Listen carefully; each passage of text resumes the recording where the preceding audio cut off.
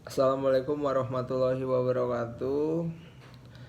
Perkenalkan, nama saya Muhammad Richard Aldori dari Fakultas Hukum Universitas Trisakti dengan nomor induk mahasiswa 01000644244. Sebelumnya saya ingin mengucapkan terima kasih kepada Bapak Tommy yang masih bisa memberi kesempatan kepada saya karena keterlambatan tugas ini. Saya ucapkan terima kasih banyak untuk Pak Tommy.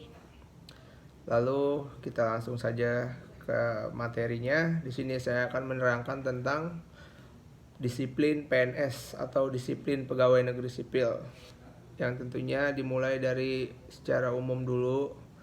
Nah, dalam usaha untuk mencapai tujuan nasional diperlukan adanya pegawai negeri yang penuh kesetiaan dan ketaatan pada Pancasila serta Undang-Undang Dasar 1945. Nah, dari situ timbullah sejumlah permasalahan yang dihadapi oleh birokrasi di Indonesia dalam mencapai tujuan nasional. Permasalahan tersebut antara lain besarnya jumlah PNS di daerah dan tingkat pertumbuhan yang tinggi dari tahun ke tahun, serta rendahnya kualitas dan ketidaksesuaian kompetensi yang dimiliki oleh sumber daya manusia dan jalur karir yang dapat ditempuh. Salah satu indikasi rendahnya kualitas PNS di daerah atau PNS pusat tersebut adalah adanya pelanggaran disiplin yang banyak dilakukan oleh PNS. Nah, hal tersebut dapat menimbulkan ketidaktertiban dalam kehidupan berbangsa dan bernegara. Peningkatan disiplin dalam lingkungan aparatur negara adalah salah satu upaya untuk mengatasi tidak tertibnya tersebut. Perwujudan pemerintah yang bersih dan berwibawa diawali dengan penegakan disiplin nasional di lingkungan aparatur negara, khususnya pegawai negeri sipil, dan pemerataan sumber daya manusia untuk pegawai negeri sipil. Nah, itu jadi kita secara umum kita bahas. Lalu berikutnya kita lanjut di pengertian disiplin pegawai negeri sipil. Nah, yaitu di dalam buku Wawasan Kerja Aparatur Negara disebut bahwa yang dimaksud dengan disiplin adalah sikap mental yang tercermin dalam perbuatan, tingkah laku, perorangan, kelompok atau masyarakat berupa kepatuhan dan ketaatan pada peraturan-peraturan yang ditetapkan pemerintah, norma serta kaidah yang berlaku di masyarakat. Lalu peraturan disiplin PNS seperti materi yang kita bahas ini. Di sini pengertiannya adalah peraturan yang mengatur kewajiban, larangan, dan sanksi apabila kewajiban tidak ditaati atau dilanggar oleh PNS itu sendiri. Pelanggaran disiplin adalah setiap ucapan, tulisan, atau perbuatan PNS yang melanggar ketentuan peraturan disiplin PNS, baik yang dilakukan di dalam maupun di luar jam kerja. Nah, di situ juga ada hukuman disiplin yaitu hukuman yang dijatuhkan kepada PNS karena melanggar peraturan disiplin PNS. Tujuan dari hukuman tersebut untuk memperbaiki dan mendidik PNS yang melakukan pelanggaran disiplin tersebut supaya memberikan efek jera dan tidak mengulangi kesalahannya lagi. Lalu di poin berikutnya kita akan membahas tingkat disiplin tingkat disiplin kerja pegawai negeri sipil.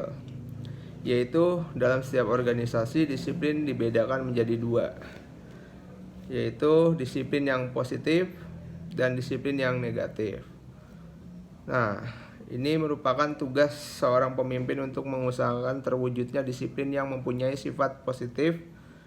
Dengan demikian dapat menghindarkan adanya disiplin yang bersifat negatif.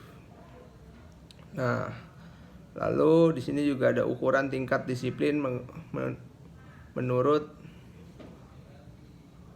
Levine adalah pegawai datang dan teratur dan tepat waktu. Itu kalau menurut dia, salah satu dari ujarnya seperti itu. Lalu kita lanjut ke poin berikutnya, kepatuhan terhadap jam-jam kerja. Nah, ini dia yang sering dilanggar. Berdasarkan pengertian tersebut di atas, maka tolak ukur pengertian kedisiplinan kerja pegawai negeri sipil adalah yang pertama, kepatuhan terhadap instruksi dari atasan. Kedua, berpakaian yang baik pada tempat kerja menggunakan tanda pengenal identitas.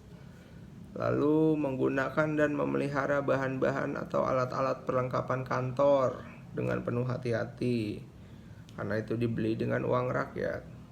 Bekerja dengan mengikuti cara-cara bekerja yang telah ditentukan, tidak bekerja dengan sendirinya. Nah, selanjutnya, untuk melebih perjelas dari arti disiplin kerja PNS,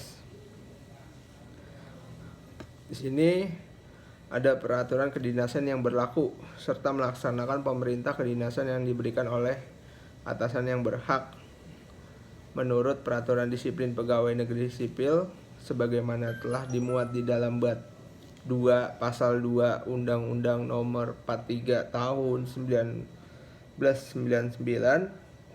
Ada beberapa keharusan yang dilakukan, yaitu melaksanakan tugas dengan sebaik-baiknya.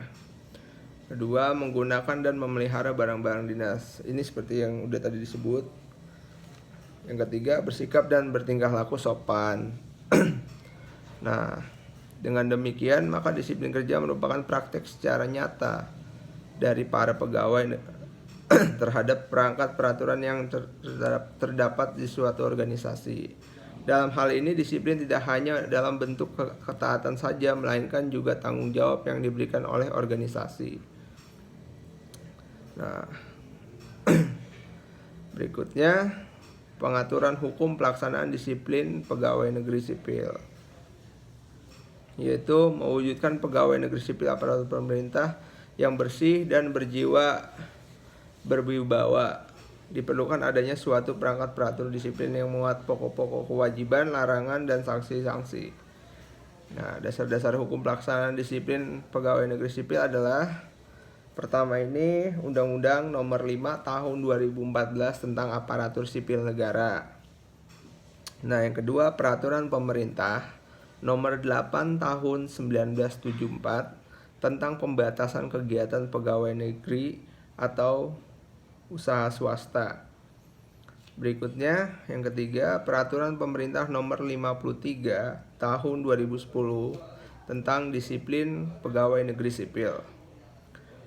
Berikutnya, Keputusan Kepala Badan Administrasi Kepegawaian Nomor 2 Tahun 99 tentang ketentuan pelaksanaan pegawai negeri sipil menjadi anggota partai politik. Nah, masih banyak lagi. Di sini ada Keputusan Presiden Nomor 67, Surat Edaran Kepala Badan Administrasi Kepegawaian Nomor 23/SE/1980 tentang disiplin pegawai negeri sipil. Nah, dari sini dasar hukum pelaksanaan disiplin pegawai negeri sipil diharapkan memberikan dukungan atau dorongan agar supaya pegawai negeri sipil bisa melaksanakan tugasnya dengan sebaik-baiknya. Nah, oleh karena itu saya berharap dengan adanya sekian banyak peraturan di Indonesia jadi bisa lebih teratur dan pegawai negeri sipilnya menjadi contoh bagi masyarakat atau teladan bagi masyarakat sehingga tujuan birokrasi bangsa ini bisa cepat tercapai. Oke, terima kasih. Wassalamualaikum warahmatullahi wabarakatuh.